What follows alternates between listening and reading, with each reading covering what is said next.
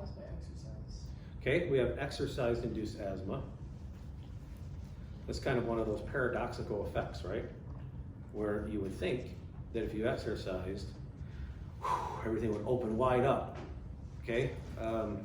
With some people, it starts to open wide up these bronchioles, and you have a reaction of like, whoa, that's too much, let's clamp them back down, but then they clamp it too far, right? So that happens. What are some other reasons somebody might have asthma? So we got allergies, exercise, pollution, should be obvious on why, right? Again, it's an irritant, clamping things down. Cold air, or more or less the same reason, right? You get cold air in there, and you're like, and you're like, stop that. I don't want that cold air in here, right? It's gonna cause some damage to me. Is anybody from places where you actually have like, you tried to like go exercise and it was like 10 degrees Fahrenheit and your lungs are like frosted? You had that? In Michigan. In Michigan, well there you go. Where are you from in Michigan? Inkster. Where? Inkster, it's like right under Detroit. Inkster? Inkster. Ink. Like tattoo ink. Yeah. Stir. Yeah. Sounds like some hipster made that up. Where you from? I'm from Inkster, bro. I mean, what? It's like right outside of Detroit. Oh, But okay. of course in Detroit. Really? Yeah. How is that possible? It's like literally like all the time. Yeah, back when I grew up there in Detroit, it was pretty bad. I think all my oldest brother's friends are dead before they got out of high school.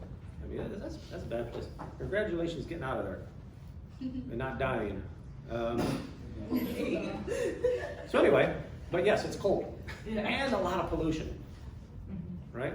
So what do we got? Asthma, exercise, allergies, cold air, pollution, upper respiratory infections can cause asthma, which is technically lower, right?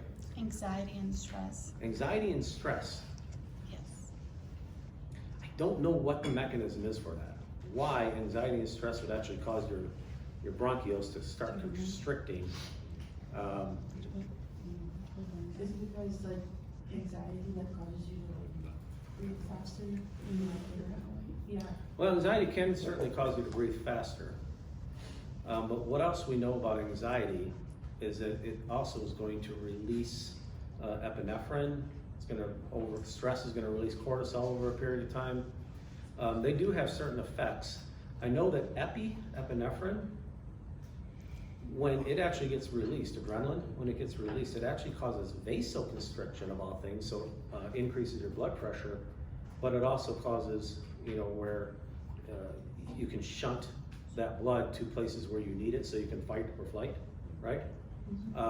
Maybe it's part of that. I'm not sure of the mechanism, honestly, but it might be part of that, where it's causing vasoconstriction, and that vasoconstriction is causing, bronchial constriction, but I'm not exactly sure the mechanism. Just kind of making it up on that.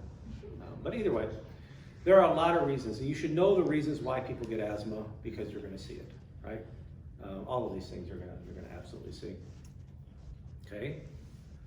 What do we want to talk about next? Or are we done? Was there other stuff we need to talk about COPD, meaning chronic bronchitis, emphysema, or kind of asthma?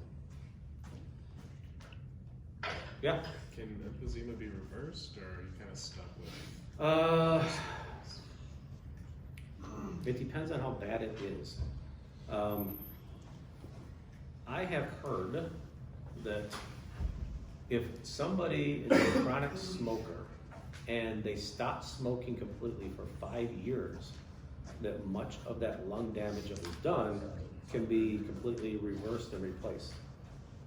I'm not 100% positive if they were specifically talking about emphysema or not, whether it can be reversed, but I mean, that is lung damage, so maybe that is what they're talking about.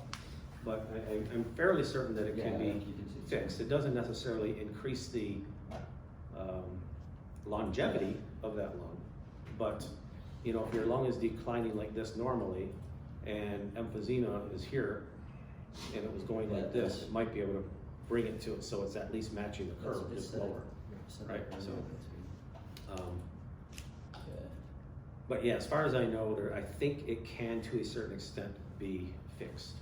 It's not like the heart, you know, or the brain that doesn't replace cells. The lungs absolutely will replace cells. Cool? Yeah.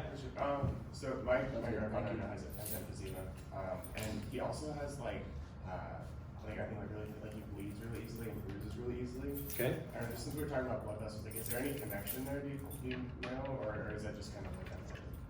Oh, I have no idea why your grandfather. As far as easy bruising and bleeding, I couldn't tell you what the connection right offhand. Keeping in mind, if I didn't have a concussion, maybe I would be able to think about this, but right now it's not coming. Well, good? Yeah. All right.